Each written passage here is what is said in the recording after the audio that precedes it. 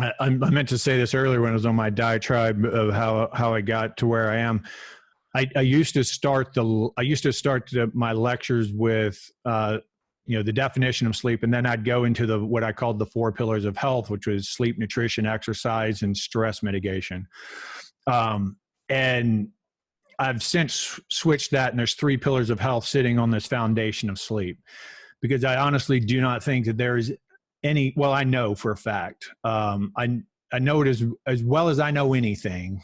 As much as anyone can know anything, I know for sure that poor sleep impacts every single area of your life.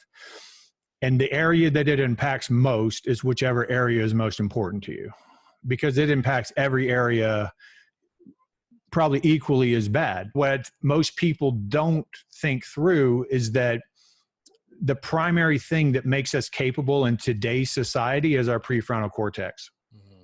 And the prefrontal cortex is impaired by stress hormones.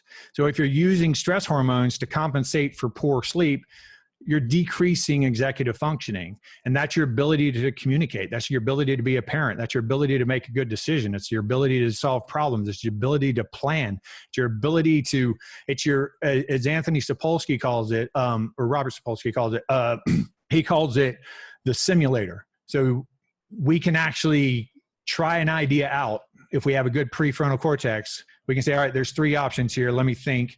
I'm going to see what each one of these things would most likely lead to. When I get these really sort of frenetic paced clients that I work with in these annual programs, these people haven't slept well in decades, a lot of them. And they think, oh, I'm going to get up and I'm going to Well, all the research proves that you will actually get less done because your prefrontal cortex won't be working as well. Then you're going to make a lot of mistakes that you're going to have to repair, and there's going to be inefficiencies, and there's going to be brain lapses. And if you're sleep deprived enough, you're actually going to do little micro sleeps where you're falling asleep and you don't even know you're asleep. And then you're coming back to wakefulness, and it's like a blip in the matrix, and you don't even really know what happened, and you just keep going on about your day. But once I get these people, once I convince them how important sleep is, which is 99% of the battle is getting them to believe that they need to sleep, and I get them to make it their priority. And by the way, if you want to be my client, like this comes out before you can become my client, is that you're going to try sleeping as your priority for a while. And then once I get people, and they still resist it, don't get me wrong, like they still resist it. They're like, no, give me hormones and peptides and make me feel better. I'm like, no, you're going to sleep. And I get people to sleep.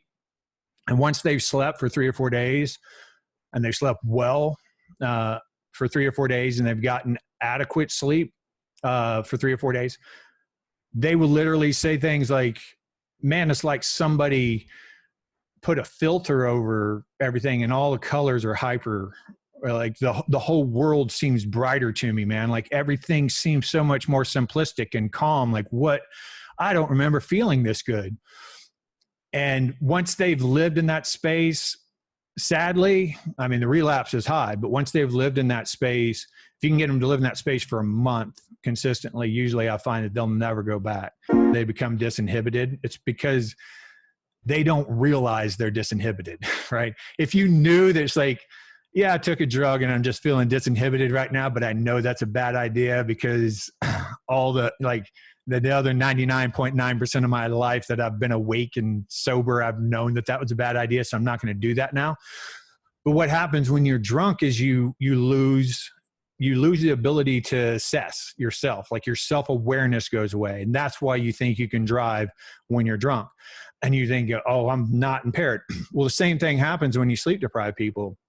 So you take somebody and you test them. You teach them something and test them, or you test them in something that they already do. Doesn't matter. You test them while they're sleep adapted. They've been sleeping well for a while. And then you take away 2 hours of sleep from them. Instead of sleeping 8 hours, they sleep 6 hours, and they come back the next day and you test them. They'll do worse. Interestingly, you ask them, how do you think you did? And they say, I did worse. I was tired. I know I did worse. And then you do it again the next day and the same thing happens. And do it again the next day and the same thing happens. But by about the 4th day, they're still doing just as badly. their performance is still declining. But when you ask them how they think they did, they say, I think I did fine. I've completely adapted to this new sleep schedule, and I think I did just fine.